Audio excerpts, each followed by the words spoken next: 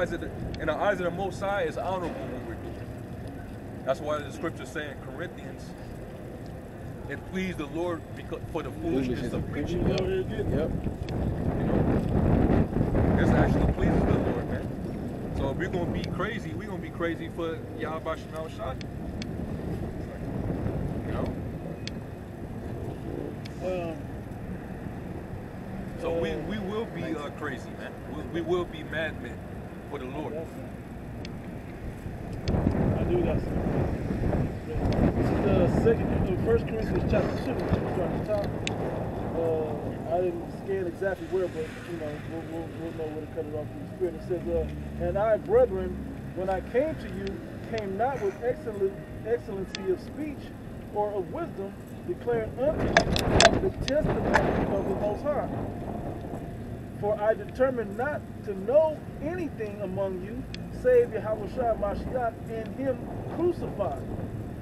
And I was with you in weakness and in fear and in much trembling. And my speech and my preaching was not with enticing words of man's wisdom, but in demonstration of the Spirit and of power, that your faith should not stand in the wisdom of men, but in the power of the Most High. And that's why they call you a bug out on the comic book, because they don't have that faith to see it. They don't have the Spirit, the eyesight to see it. They're not spiritually Verse 6, it says, howbeit we speak wisdom among them that are perfect. Why is it that a lot of people don't get it, but there's certain people that get it perfectly? Because it's esoteric. Is that the word, right? It's only to a few. That's what the Most High, the elect, but few compared to everybody else. All right? It says, yet not the wisdom of this world, nor of the princes of this world that comes to naught. But we speak the wisdom of the Most High in a mystery, even the hidden wisdom which the Most High ordained before the world unto our glory.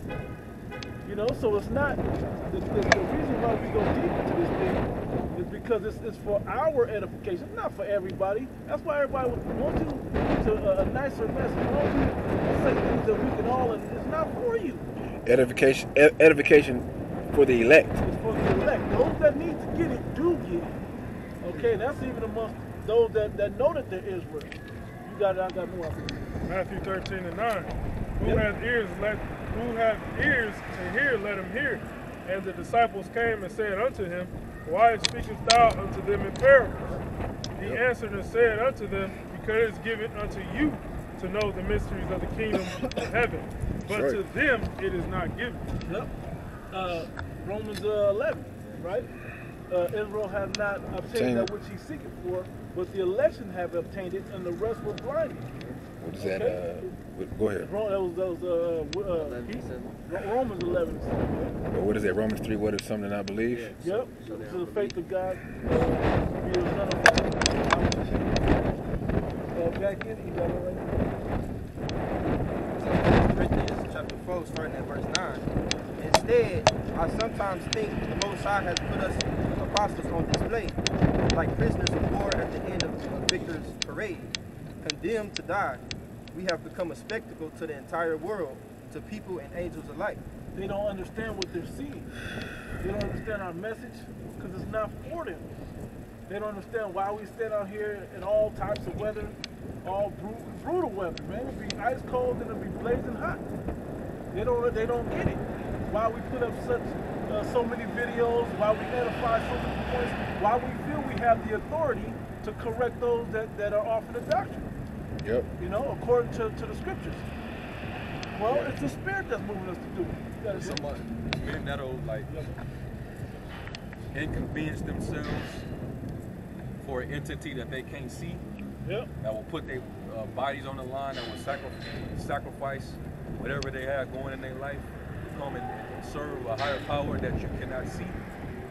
To the average person out there that's carnal-minded, yep, they're gonna think that an individual like that is off the rocker. It's loony. And you're gonna get a lower status in life too. Yeah. You know what I'm saying? Like he make a like barely able to make it, struggle, all types of stress and whatever that come with this life. They gonna think you something wrong with you. But you don't get rich for doing this. That don't make no sense. What are you doing this for? They don't see the riches that we see. They don't see the end of the tunnel or whatever. The goal of what we're doing is for. They don't understand. And that's the very definition of hope. Yeah. Is that we expect something at the end Yeah. Greater than that was, anything that was promised. Yeah. So, You know? And that's why it says in Corinthians, the 15th chapter, it talks about, I think it's 1 Corinthians 15 and 19. It talks about they that are basically those that hope are most miserable. Yes. In other words, you know, you stand behind your hope, and that's all you have. So you're to be pitied for you know, binging on that hope. yeah. You know, because you don't know that what you're expecting or what you're waiting on, you don't know if you're going to even live to see it. Right. So a lot of the men spoken of in the faith in Hebrews 11 chapter, a lot of them, they did everything they did based off of faith. And some of them didn't even get to accomplish the end of what they were given. They get By the angels or in a vision, they didn't get to live to see it. Moses, I was he saying. didn't get to make it into the promised land, even though, you know, he was one of the men who the angel came to. Yeah. You know, Abraham, he left the Ur of the Chaldees and made that migration Yeah. and watched his family die off in the process. The Most He High came down into Canaan, got into wars, had to keep going, and went down into Egypt. They were trying to take Sarah, his wife, from him. He went through all that only to not really fulfill that promise. Yeah. But he did it all through faith, knowing that I believe it anyway. So I'm gonna be obedient and serve the Lord. The Most High made a promise to Abraham that he hasn't even seen the end of it yet. Meaning, you know, the kingdom of heaven, and you know, his seed would multiply and all that. Exactly. But you know, we know he's gonna see it because it's prophecy. Well, worldly people would have called Abraham a crazy man for that. Yeah. They would have called him crazy for when the Lord told him to sacrifice Isaac. That's why the scriptures, when it tells us wisdom is more moving than emotion, you know, and when that wisdom is mixed with faith, it brings forth action, man. That people would consider, hey, you're out there, you're goofy, man. They would think that we're crazy because of, you know, how we worship, you know, because we're coming on the highways and hedges. Hey, every week, Lord will, through the spirit and power of Yahweh Shemel Shah, standing on concrete, every single element, you know, in triple degree weather versus 32 freezing, man. When it's windy, when it's raining, hey, and standing the whole time, man.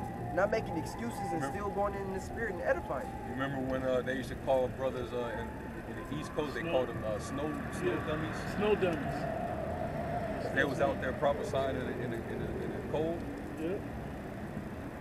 And that wisdom and that understanding that allow us to see the reasoning, you know, deeper than just the face value. To other people, we just standing out here every week in whatever weather. But we understand the reason and why we do it. Exactly. And that reason starts with fear. Because what happened to us if we don't? We don't do this. There's one more precept on this 1 Corinthians 4, and I forgot to mention it in NLT. Verse 10. Our dedication to Hamashiach makes us look like fools, but you claim to be wise in Hamashiach. We are weak, but you are so powerful. You are honored, but we are ridiculed. I said our dedication to Yahweh Shai makes us look like fools. And how foolish. And that's the perception from this world. How foolish did Noah look building a boat when there were no bodies of water at that time? Yeah. No rain. What are you doing? Rain back then. Yeah, you know, there was only a mist that went over the earth at the time to water the earth. There was no major bodies of water, so why would you need that? So imagine 100 and some years they clowning this guy.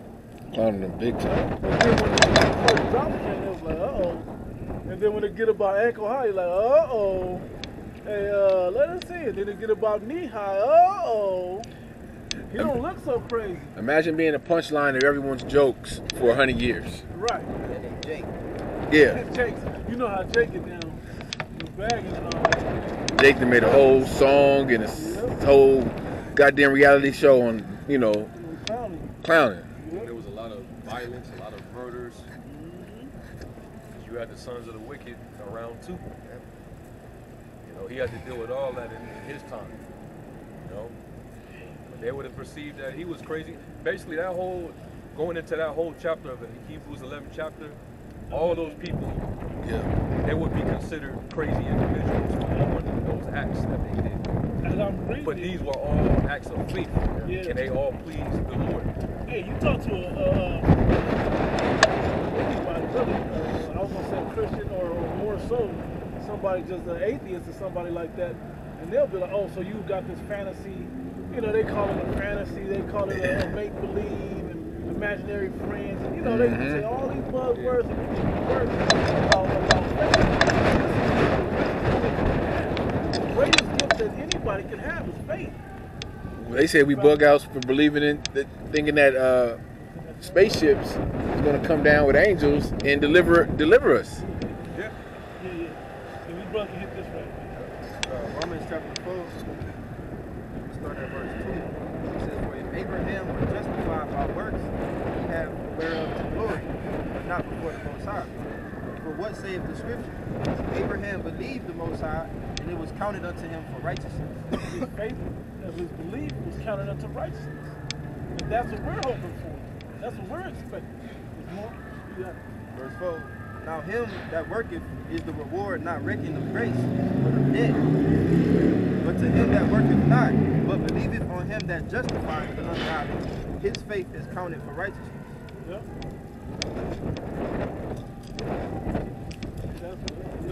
So that basically is talking about what we're out here doing. These are the works that we're doing, and this is counted for righteousness, man. We haven't expected in for this work. We're building something that you can't even see. Now, we can't even, well, we do have evidence of it. How do we know? Because you look all across Babylon and across the world, and you see other people doing it. You see the sacrifices going up, you know, getting uploaded, so to say it that way. Right? So this ain't for nothing. Okay? 2 Corinthians 4 and 13. And it says, we having the same spirit of faith, according as it is written, I believed